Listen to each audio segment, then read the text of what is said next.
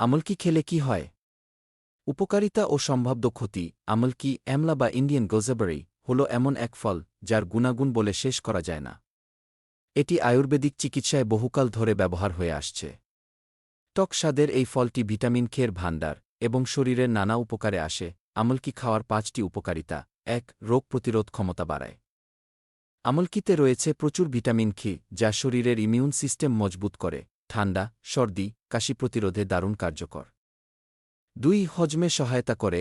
এতে থাকা ফাইবার ও অ্যান্টিঅক্সিডেন্ট হজমে সহায়তা করে। অম্বল, গ্যাস্ট্রিক, বদহজম ও কোষ্ঠকাঠিন্য দূর করতে সাহায্য করে। ৩.